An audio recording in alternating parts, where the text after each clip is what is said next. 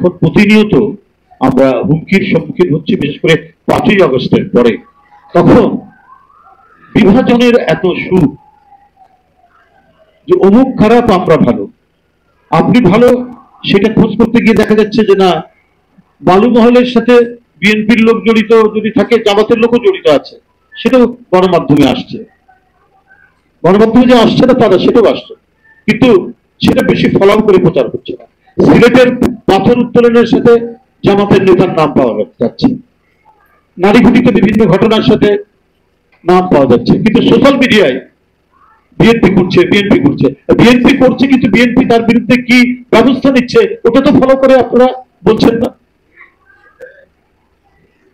ওইটা তো বড় করে আপনারা কখনো দেখাচ্ছেন না যে হ্যাঁ, একটা পরিবারের মধ্যে ইয়ে থাকতে পারে, দুষ্ট ছেলে থাকতে পারে, সেই দুষ্ট ছেলেকে শাসন করছে কিনা বাবা মা, সেটা তো বিবেচনা করতে হবে। যে বাবা মা তার নিজের দুষ্ট ছেলেকে শাসন করে, সেই বাবা মা সবথেকে সার্থক বাবা মা।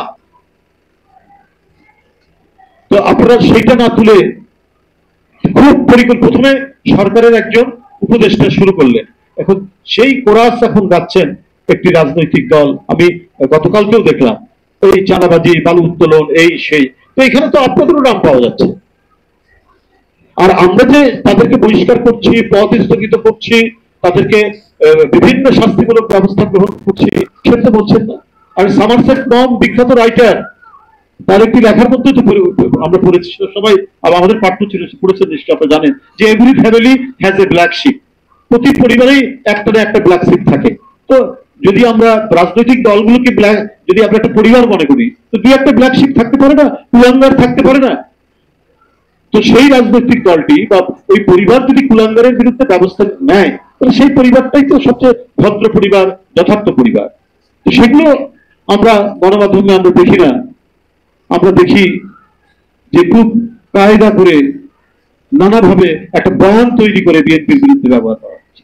আমি যদি বলি, আমি ছাত্র রাজনীতিতে যে নির্বাচন হচ্ছে কি হচ্ছে না হচ্ছে আপনারা সব দেখছেন, কিন্তু একজন ইউনিভার্সিটি যিনি ভিপি হয়েছেন, তাকে কি ম্যাজিস্ট্রেসি পাওয়ার দেওয়া হয়েছে? তিনি ইউনিভার্সিটির মধ্যে কোনটি অবৈধ দোকান, না দোকান, অবৈধ দোকান থাকতে পারে, কিন্তু সেটা ফাইন করার অধিকার কি ইয়ের আছে, ভিপির আছে, ডাকসুর ভিপির আছে? তিনি সেটা ফাইন করে 3000 টাকা ফাইন করে সেটা আবার নিচ্ছেন পার্টির, কি বলে ওটাকে, বাইতুল মালে জমা দিচ্ছেন। এটা কোনো আইনগত ভিত্তি আছে? আপনার ইউনিভার্সিটির ক্যাম্পাস হবে জ্ঞান চর্চার একটা বিশাল একটা ক্ষেত্র, জ্ঞান চর্চার আধার হবে ইউনিভার্সিটি, এবং সেই জ্ঞান চর্চার দায়িত্ব পালন করবে ডাকসু। সেই জ্ঞান চর্চায় শিক্ষক ছাত্রদের অংশগ্রহণ থাকবে। এইটা কতটুকু নিশ্চিত করা হচ্ছে সেটা না করে আপনি যে দোকান বৈধ অবৈধ তার কাছ থেকে ফাইন করছেন, তো এটা তো আমরা সোশ্যাল মিডিয়া বা কোনো জায়গায় দেখলাম, একটু দেখেছি, কিন্তু এটা নিয়ে তো কোনো ইয়ে দেখলাম না, আলোচনা দেখলাম না। আপনি কি করে, এটা কি ডাকসুর ভিপি? আমি তো ডাকসুর ভিপি ছিলাম একটা ইউনিভার্সিটির, আমরা তখন আমরা কোনো বিশ্ববিদ্যালয়ের ভিতরে কে দোকানদারি করছে, কে মার্কেট করছে, এটা তো ইউনিভার্সিটির অথরিটি আছে, প্রশাসন আছে, তারা ইয়ে করতে পারে। সেখানে ছাত্রনেতা গিয়ে বলতে পারে যে এখানে ক্যাম্পাসের যে একটা শান্তিপূর্ণ সমাহিত পরিবেশ আছে, এটা বিঘ্নিত হচ্ছে, স্যার এটা আপনি দেখেন। আপনি গিয়ে ফাইন করে দিচ্ছেন, আর সেই ফাইনের টাকা যাচ্ছে জামাতের বাইতুল মালে। এটা কোন ধরনের বিষয়? এটা বরাবরই আমরা দেখেছি যে এদের একটা কর্মকাণ্ড হচ্ছে স্টেট উইদিন দি স্টেট, রাষ্ট্রের মধ্যে রাষ্ট্র করা। আমরা সেই পরিবেশ আমরা দেখেছি। আবার মানে ইউনিভার্সিটির হলগুলোতে কি বলে যে খাট দিচ্ছে, লোহার খাট। ভাই এটা কি ইয়ের দায়িত্ব নাকি কোন রাজনৈতিক সংগঠন বা ডাকসুর দায়িত্ব?